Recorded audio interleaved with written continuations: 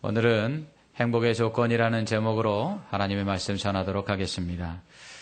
어떤 젊은 남편이 이런 질문을 상담소에 보냈습니다.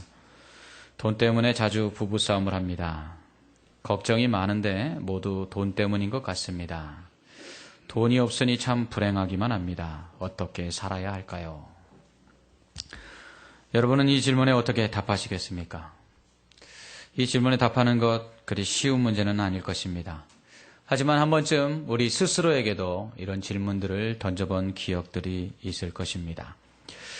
이 질문에 대해서 신경정신과 전문의인 서천석 박사는 이렇게 말했습니다. 행복에 대한 조사를 해보면 돈과 행복이 별 관련이 없다는 결과가 많다. 하지만 실제로는 그렇지 않다. 실제로는 경제적인 부분이 행복에 영향을 미친다. 아주 열악한 사람들을 제외하고는 그 윗단계부터는 행복의 수준이 거의 차이가 나지 않는다고 나오지만 지금 전반적인 우리 사회의 수준이 열악해지고 있기 때문에 돈이 행복에 미치는 영향이 점점 중요해지고 있다는 생각들을 하고 있다. 열악한 수준이 아닌 그 윗단계에선 행복이 비슷하다고 하지만 거기에도 또 하나의 함정이 있는데 그것은 돈이 계속 늘어나는 사람은 계속해서 행복하다고 느끼지만 돈이 있더라도 경제적으로 더 늘어나지 않고 비슷하게 유지되면 돈에서 행복을 느끼지 못한다는 점이다. 예를 들어 계속 급여가 늘어나고 올해보다 내년이 더 잘 살 거고 이렇게 생각하는 사람들은 행복감이 좋은데 반해 올해보다 내년이 별로 좋아질 것 같지 않고 내후년엔 더 떨어질 것 같다는 생각을 하면 행복하기가 어렵다. 무언가 자기가 늘어나고 있고 자기 힘이 강해지고 있고 자기가 발전하고 있고 자기가 점점 커가고 있다는 것이 우리에게는 행복을 주기 때문이다. 내가 선택할 수 있는 것이 많아지고 내 힘도 강해질 때 행복하다고 느끼게 되는데 돈도 그런 힘 중에 하나다. 돈이 많아지는 건 분명 행복하다는 것이지만 지금 우리 사회의 발전이 정체되어 있기 때문에 내일이 오늘보다 더 나아질 것이라고 생각하지 않기에 사람들은 돈이 있어도 행복하다고 느끼지 못하는 것이다. 70년대하고 지금을 비교하면 지금이 비할 데 없이 더 좋은 조건에서 더 많은 것을 누리며 살고 있다. 하지만 행복감이라는 면에서 보면 70년대가 더 높다. 왜냐하면 그때는 사회가 급속히 발전하면서 앞으로 점점 좋아질 것이라는 생각이 이 사회에 널리 퍼져 있었기 때문이다. 그 당시 아이들을 보면 빨리 어른이 되고 싶다는 말을 많이 했다. 하지만 요즘 아이들은 별로 어른이 되고 싶다고 하지 않는다. 아이들이 어른이 되고 싶지 않다고 말하는 이유는 부모들을 보니까 별로 행복해 보이지 않기 때문이다. 지금 우리 사회는 전반적인 기대나 미래에 대한 어떤 긍정적인 생각이 낮아져 있다. 그러다 보니까 돈이 없는 것은 미래에 대해 기대할 수 없는 이유라는 생각이 더 팽배해져 가고 있는 것 같다. 그래서 돈이 없으니까 아내와 자주 싸우고 돈이 없으니까 아이들한테도 해줄 수 있는 게 없고 이런 말을 하는 사람들이 점점 늘어나고 있는 것이다. 돈이 없으니까 행복하지 않다는 말은 돈이 없으니까 내가 할 수 있는 게 없다는 말이다. 내가 할 수 있는 것은 오직 돈으로만 이룰 수 있다고 생각하기 때문이다. 돈이 더 늘어나지 않는다고 생각하면 내가 할 수 있는 게 더 늘어나지 않는다고 생각하는 것이다. 그런데 인간은 내가 할 수 있는 것이 없다. 내가 조절할 수 있는 것이 없다. 내가 상황을 바꿀 수 있는 것이 없다는 생각을 하게 되면 불행해진다. 그런데 우리 사회가 급속히 성장하고 발전하다 보니까 내가 할 수 있는 것이 대부분은 돈으로 이루어지는 거라는 생각이 우리 사회에 널리 퍼져 있다. 굉장히 강한 물질주의가 우리 사회에 만연해 있는 것이다. 돈으로 할 수 있는 것 말고 또 다른 내가 할 수 있는 게 뭐지? 전부 돈으로 할 수 있는 거 아니야? 이런 생각들이 사람들 생각을 사로잡고 있는 것이다. 사실 돈으로 할 수 없는 게 굉장히 많고 돈이 없어도 할 수 있는 것이 굉장히 많은데 지금 우리는 물질적인 것, 돈으로 할 수 있는 것에만 모두 나의 능력과 내 미래를 맡기고 있다. 만약 우리 사회가 더 이상 빠르게 발전할 수 없다면 또 내 경제적인 형편이 내년에도 내후년에도 별로 좋아지지 않을 거라면 우리는 돈이 아닌 다른 방향에서 내가 할 수 있는 것, 내가 아내와 할 수 있는 것, 내가 우리 아이와 할 수 있는 게 무엇인지를 깊이 고민해 봐야 한다. 그래서 돈이 없어도 내가 아내와 아이와 내 친구들과 할 수 있는 게 더 늘어난다고 생각한다면 별로 불행해지지 않을 것이다. 내가 지금까지 누군가와 행복했다면 그 순간 정말 돈 때문에 행복했던 것일까? 한번 돌이켜보면 그렇지 않을 것이다. 우리가 어릴 때 행복감을 느꼈다면 그건 우리 아버지가 돈으로 다 해줬기 때문이 아니라 아버지가 나와 함께 했기 때문일 것이다. 돈으로 할 수 없는 것들, 돈이 아니어도 할 수 있는 것들이 많고 그런 일들을 더 많이 고민하고 생각할 때 우리 사회의 행복도가 높아질 수 있다고 생각한다. 깊이 공감되는 말이었습니다.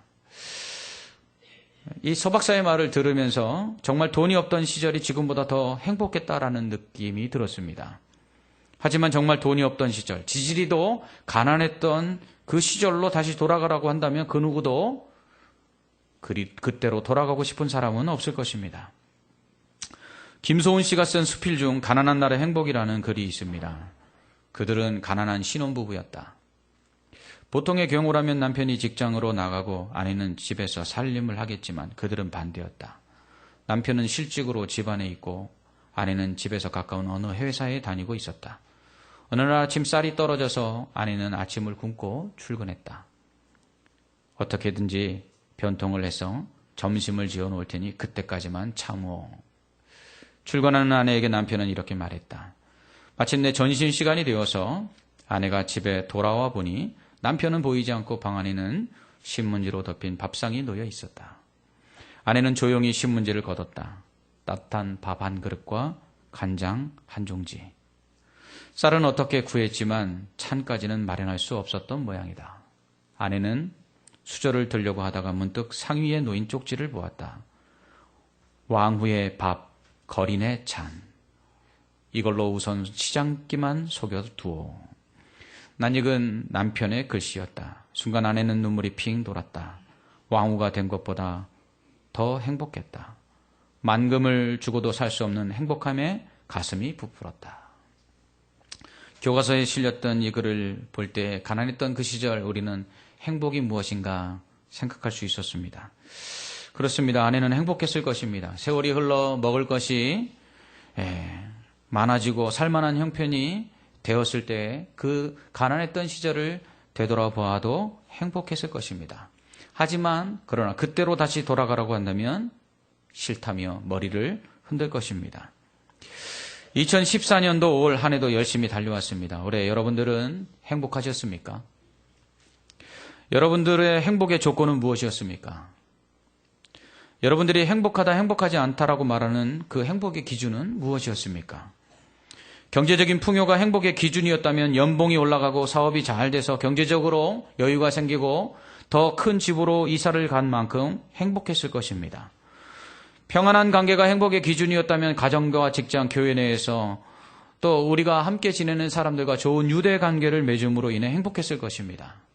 건강이 행복의 기준이었다면 건강한 만큼 행복했을 것입니다. 그렇다면 여러분들은 올 한 해 경제적으로 좀 더 여유가 생기셨습니까? 올 한 해 여러분들은 사람들과 좋은 유대관계를 맺으셨습니까? 여러분들은 올 한 해 하나님이 주신 은혜 가운데 더 건강했습니까? 그렇다면 여러분들은 그 누구보다 행복하셨을 것입니다. 하지만 정말 여러분 행복했습니까? 경제적으로 풍요로워진 만큼, 사람들과 좋은 유대관계를 맺은 만큼, 그리고 건강한 만큼 여러분 행복하셨습니까? 어느 정도 행복했겠지만 그렇다고 진정으로 행복했다고 말하기는 쉽지 않을 것입니다. 왜 그럴까요? 사람이 행복하다고 느끼는 것은 지극히 복합적인 요인에 의해서 그렇게 느끼기 때문입니다. 돈이 많다고, 관계가 좋다고, 건강하다고 행복한 것은 아닙니다. 어느 한 가지만이 행복의 조건이 될 수 없기 때문입니다. 사람은 그만큼 욕심이 많습니다.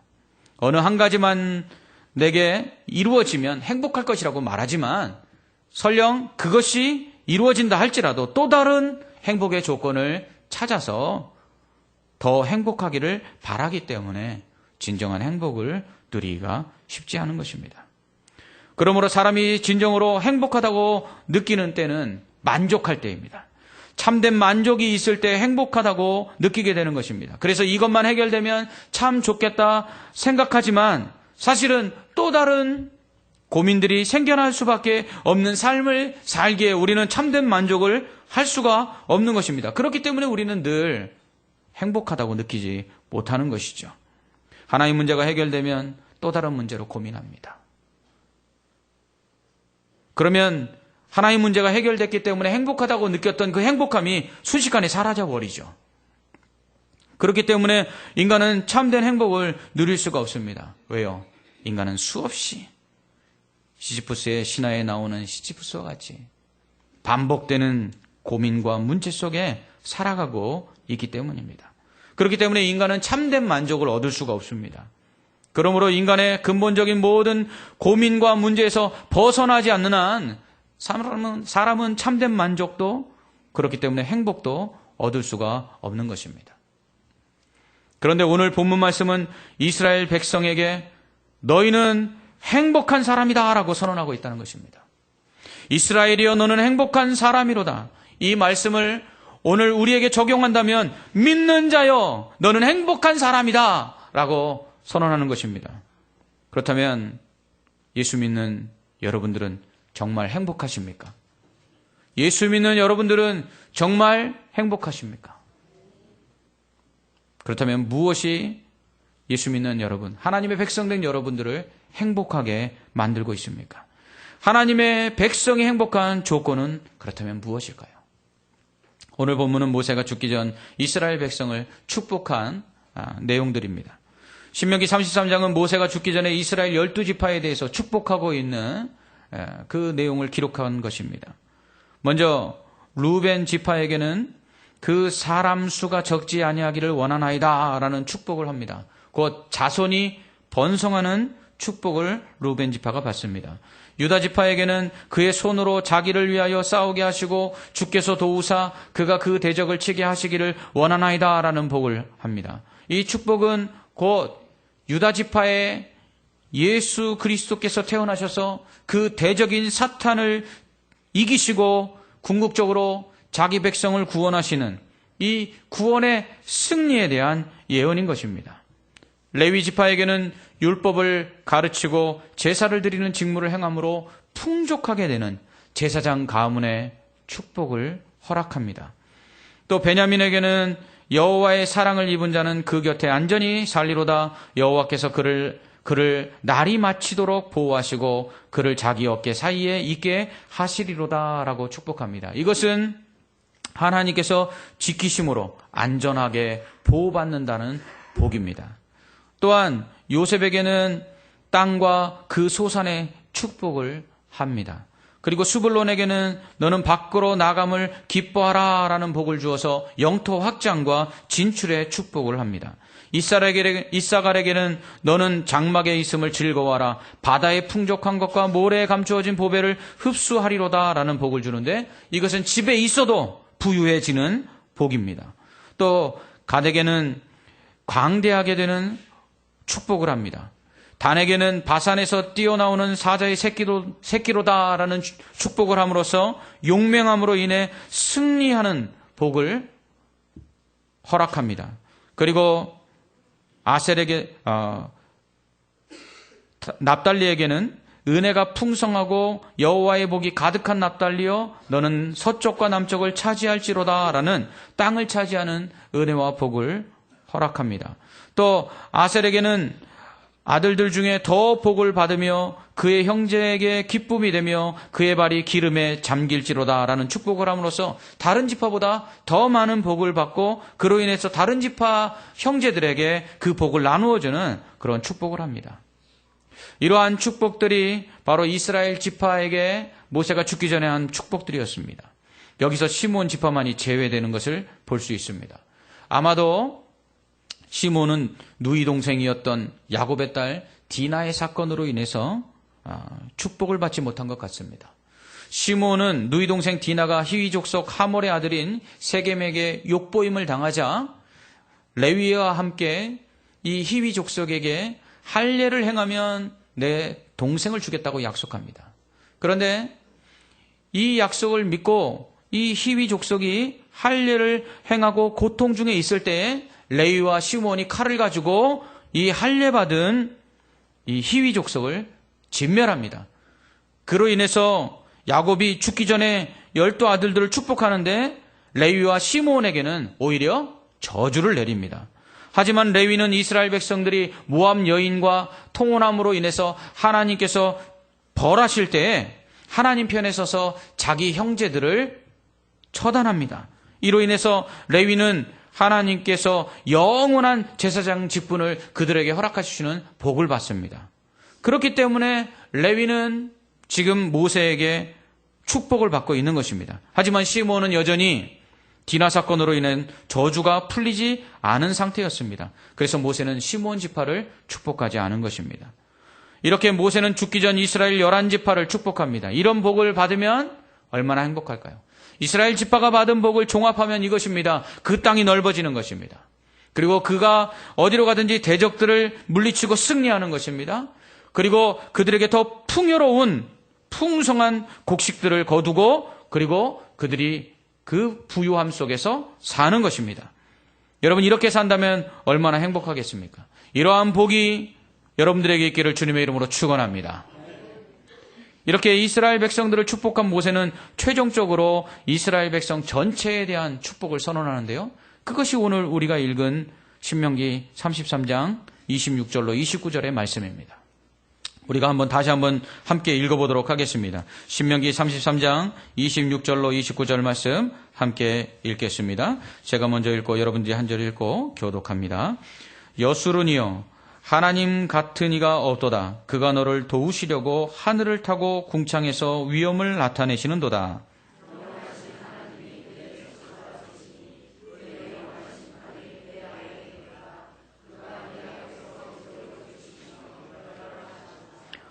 이스라엘이 안전히 거하며 야곱의 샘은 곡식과 새 포도주의 땅에 홀로 있나니 곧 그의 하늘이 이슬을 내리는 곳에로다. 이스라엘이여 너는 행복한 사람이로다. 여호와의 구원을 너같이 얻은 백성이 누구냐? 그는 너를 돕는 방패시오 내 영광의 칼이시로다. 내 대적이 내게 복종하리니 내가 그들의 높은 곳을 밟으리로다. 아멘. 그렇습니다. 모세가 이스라엘 백성을 향해서 이스라엘이여 너는 행복한 사람이로다 이렇게 선언할 수 있었던 것은 바로 하나님께서 그들에게 복을 주셨기 때문입니다. 이스라엘이 그렇다면 하나님께 받은 복은 어떤 복입니까? 첫째는 하나님께서 하나님의 백성에게 도와주시는 복을 받았습니다. 이스라엘을 도우시려고 하늘을 타고 궁창에서 위엄을 나타내신다고 모세는 말합니다. 하나님은 하나님의 백성을 도우시기 위해서 계신 분이십니다. 우리가 하나님을 위해서 있는 것이 아니라 하나님이 우리를 위해서 있는 것입니다. 하나님은 완전하신 분입니다. 스스로 계신 분입니다. 하나님은 누구를 의존할 필요도 없고 누구를 통해서 영광 받으실 필요도 없는 분입니다. 그분은 스스로가 영광이요 그분은 스스로가 완전하신 분이십니다. 그런 하나님께서 왜 우리를 만드셨을까요? 그것은 우리를 사랑하시고 또 우리를 위해 도우시기 위함이라는 것입니다. 모세는 이러한 하나님과 같은 분이 없다고 말합니다. 다윗은 시편 40편 5절에서 여호와 나의 하나님이여 주께서 행하신 기적이 많고 우리를 향하신 주의 생각도 많아 누구도 주와 견줄 수가 없나이다. 내가 널리 알려 말하고자 하나 너무 많아 그 수를 셀 수도 없나이다. 이렇게 고백합니다. 또한 시편 139편 17절로 18절에서는 하나님이여 주의 생각이 내게 어찌 그리 보배로우신지요. 그 수가 어찌 그리 많은지요. 내가 세려고 할지라도 그 수가 모래보다 많도소이다 라고 노래합니다. 우리를 도우시려고 하나님 얼마나 생각이 많으신지요. 그 생각이 너무 많아 셀 수도 없다고 말합니다. 우린 찬양하지 않습니까? 하늘을 두루마리 삼고 바다를 먹물 삼아도 하나님의 그 크신 은혜를 다 기록할 수 없다. 그렇습니다. 하나님께서는 우리를 도우시는 분이십니다. 하나님이 우리를 도우시기 때문에 하나님의 백성인 우리가 행복한 것입니다. 둘째로 하나님은 하나님의 백성을 대적하는 자들을 물리쳐 주십니다. 하나님의 백성의 원수는 곧 하나님의 원수입니다. 믿는 자를 대적하는 사람은 곧 하나님의 원수가 되는 것입니다. 이스라엘 백성을 괴롭힌 아말렉 족속에 대해서 하나님은 영원히 그들과 대적이 되겠다고 선언하십니다. 그리고 그들을 말씀하신 대로 진멸하여 버리십니다. 하나님은 하나님의 백성에게 원수를 갚지 말라고 하십니다. 왜냐하면 원수 갚는 건 하나님께 있기 때문입니다. 하나님의 백성에 대한 원수는 곧 하나님의 원수라는 것입니다. 시편 23편에서 다윗은 하나님께서 원수의 목전에서 내게 상을 베푸시고 내 머리에 기름을 바르셨다라고 말합니다. 다윗은 노래하기를 하나님은 영원한 피난처요 산성이요 요새가 되시기 때문에 나를 보호하신다고 말합니다. 다윗은 주의 크신 팔이 나를 안위하신다고 말합니다. 이처럼 본문에서도 모세는 영원하신 하나님이 이스라엘의 처소가 되어서 그들을 지켜주시고 보호하실 뿐만 아니라 영원하신 팔이 그 아래에 있도다라고 축복합니다. 하나님의 팔이 우리 밑에서 이렇게 우리를 들어서 보호하신다는 것입니다. 우리를 지키시는 하나님은 졸지도 않고 주무시지도 않는다고 성경은 말합니다. 이렇게 하나님의 보호와 인도하심을 받기에 하나님의 백성인 우리가 행복한 것입니다. 셋째로 하나님은 하나님의 백성에게 필요한 것을 공급해 주십니다. 모세는 이스라엘이 안전히 구하며 야곱의 샘물은 곡식과 새 포도주의 땅에 홀로 있나니 곧 그의 하늘이 이슬을 내리는 곳으로다라고 축복합니다. 여러분, 이스라엘 백성이 들어간 가나안 땅에는 샘물이 있어서 곡식과 포도주를 키우기에 어려움이 없었습니다. 뿐만 아니라 하늘에서 이슬이 내려서 곡식과 과일을 재배하기에 좋았습니다. 그러니 행복하지요. 하나님께서는 일용할 양식을 주시는 분이십니다. 하나님은 만나와 매출하기로 이스라엘 백성을 먹이시듯이 오늘도 우리를 먹이시고 입히시기에 무엇을 먹을까 무엇을 입을까 염려하지 말라고 약속하십니다. 이처럼 하나님의 백성에게 하나님이 필요한 것들을 채워주시기에 행복한 것입니다. 네 번째로 하나님은 하나님의 백성을 구원해 주십니다. 모세는 이스라엘 백성에게 여호와의 구원을 얻은 백성이 너희와 같은 백성이 없다라고 말합니다. 누가 이스라엘 백성처럼 하나님께서 방패가 되주시고 칼이 되주셔서 그 대적을 복종시켜 승리하게 한 적이 있느냐라고 묻습니다. 하나님은 이스라엘 백성을 애굽에서 구원해 주셨습니다. 그리고 홍해를 건너 광야를 지나는 동안 수많은 적들로부터 구원해 주셨습니다. 그리고 이제 들어갈 가나안 땅에서 가나안 족속으로부터 그들을 구원해 주실 것이라고 약속하고 있는 것입니다. 하나님은 하나님의 백성된 우리를 구원해 주셨습니다. 죄로부터 구원해 주셨습니다. 독생자 예수 그리스도를 십자가의 대속의 제물로 죽이심으로 우리 죄를 속해 주시고 우리 죄를 깨끗하게 씻어 주셨습니다. 예수님의 피로 제사함을 받은 우리를 하나님의 자녀 삼으사 하나님을 아바, 아버지, 아빠라고 부를 수 있게 하셨습니다. 그리고 하나님의 은혜와 자비를 지금도 부어주셔서 죄에서 구원해 주시고 하나님의 자녀 삼으신 우리가 구하기만 하면 좋은 것을 주십니다. 환난과 고난 가운데서 우리를 도와주시고 위로하시고 건전해 주십니다. 그리고 궁극적으로 천국에 들어가 영원한 안식을 누리며 영생을 얻게 해주십니다. 이러한 구원이 사실은 이 땅을 살아가는 하나님의 백성의 궁극적인 행복의 조건입니다. 이 땅에서는 아무리 고통스럽고 이 땅에서는 세상이 말하는 행복한 조건들이 없어서 불행한 것처럼 느껴진다 할지라도 천국에서 구원받은 백성은 완전히 모든 것들을 다 보상받기 때문입니다. 이 땅에서 질병받아서 불행하다고 생각하는 사람이 천국에 가면 질병이 없기 때문에 진정으로 행복할 것입니다. 이 땅에서 가난하여 물질적인 고통을 받던 사람이 구원받아 천국에 가면 그 길도 황금이요 보석과 금으로 지어진 집에서 영원토록 행복하게 누리기 때문에 그는 진정으로 행복할 것입니다. 이 땅에서는 사망의 두려움 속에서 고통 속에 있던 자들이 천국에서는 영원한 영생을 누리기에 그는 진정으로 행복할 것입니다. 이 땅에서는 외롭고 아무도 나를 돌아보는 자가 없고 나는 혼자라고 생각했던 그 사람이 천국에 가면 영원히 하나님께서 그와 함께 하시기에 그 모든 슬픔과 외로움을 이겨내고 진정한 참된 만족을 얻는 행복을 누리게 될 것입니다. 그렇기 때문에 하나님의 백성의 궁극적인 행복의 이유는, 행복의 조건은 하나님이 도우셔서 이 땅에 필요한 것들이 채워지기 때문에, 건강하기 때문에, 하나님이 도우셔서 환난 가운데 우리를 구원해 주심으로 문제에서 벗어나 우리가 기쁨을 누릴 수 있기 때문만이 아니라 진정으로 하나님께서 구원하셔서 우리를 천국에 들어가 이 땅에서 누리지 못하였던 진정한 행복, 참된 행복을 누릴 수 있게 하시기 때문이라는 사실입니다. 그래서 예수님은 말씀하셨습니다. 심령이 가난한 자는 복이 있나니 천국이 저희 것이미로다. 원문에는 이렇게 되어 있습니다. 행복하다, 가난하기 때문에. 그들에겐 천국이 있기 때문이다. 그렇습니다. 천국이 있는 사람은 가난해도 행복한 것입니다. 천국이 있는 사람은 질병이 걸려도 행복한 것입니다. 천국이 있는 사람은 외로워도 행복한 것입니다. 천국이 있는 사람은 이 땅에서 모든 사람이 불행하다 이야기할지라도 행복한 것입니다. 왜냐하면 구원받았기 때문입니다. 이러한 하나님으로 인한 이 행복은 돈이나 건강, 세상의 명예나 지위 등으로 인한 행복과 비교할 수 없습니다. 왜냐하면 하나님으로 인한 행복은 조건적 행복이 아니기 때문입니다. 세상의 행복들은 돈이 있어야, 건강해야, 세상의 명예와 지위가 있어야 행복하지만 하나님으로 인한 행복은 그런 것들이 없어도 우리 안에 궁극적으로, 본질적으로, 근원적으로 우리 안에 행복을 주기 때문입니다. 바울은 그렇기 때문에 나는 비천에 처할 줄도 알고 풍부에 처할 줄도 알고 일체의 배부름과 배고픔과 풍부와 궁핍에 처할 줄도 아는데 나는 이러한 모든 상황 속에서 만족하는 비결을 배웠다라고 말합니다. 그가 가난할 때도 만족할 수 있었고 병들었을 때도 만족할 수 있었고 비천에 처할 때도 만족할 수 있었던 것은 바로 내게 능력 주시는 자, 그 하나님이 그와 함께 하셔서 그를 도우시고 그를 지키시고 그를 채워주실 뿐만 아니라 그를 구원하시기 때문이라는 사실이었습니다.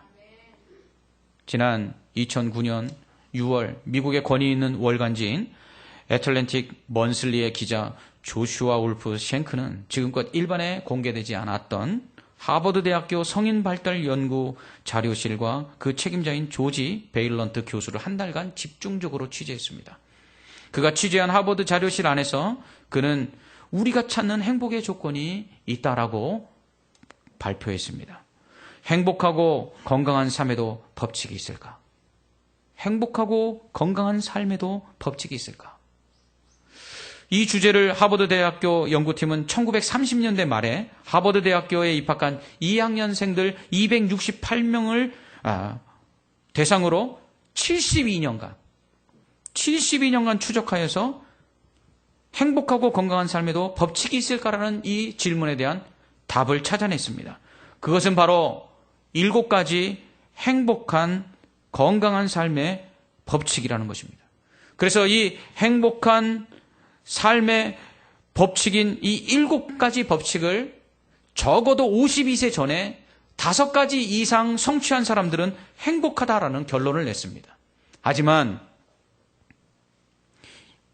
이 하버드 대학교 연구팀의 이 행복하고 건강한 삶에도 법칙이 있을까라는 이 주제에 대한 결론은 이것이었습니다.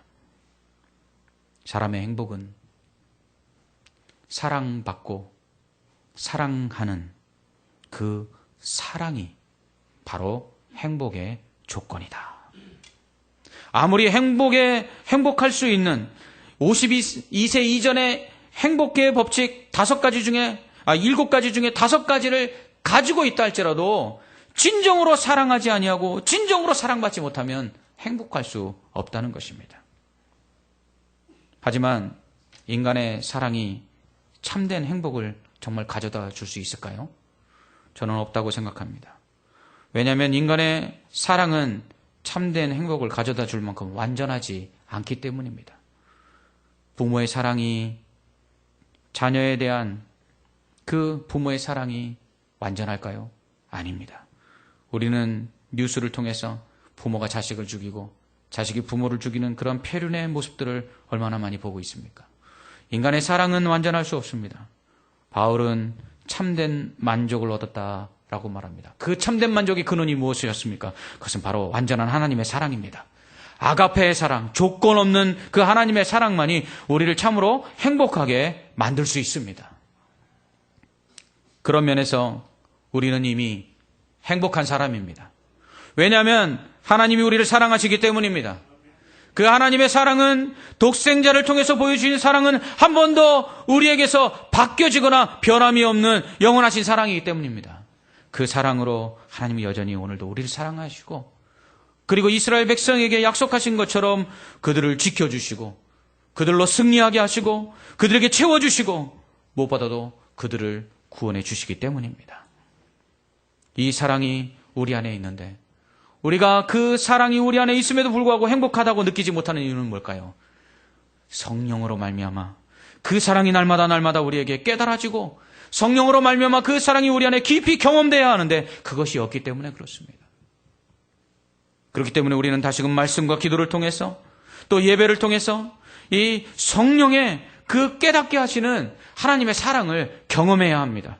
그 사랑이 우리 안에 지금도 변함없이 흐르고 있고 그 사랑이 우리로 행복하게 한다는 사실을 알아야 합니다. 하나님은 여전히 우리를 사랑하셔서 돕기를 원하십니다.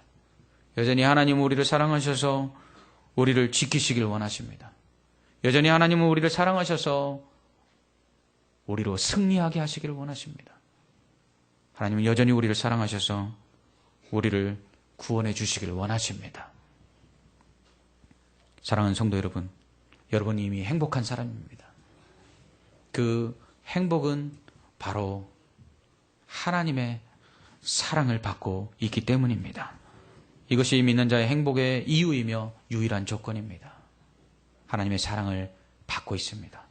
하나님의 사랑을 받고 있는 자는 그렇기 때문에 가난해도 행복하고 세상이 말하는 불행하다고 하는 가운데서도 행복하고 질병 가운데서도 행복하고 실패 가운데서도 행복할 수 있는 것입니다.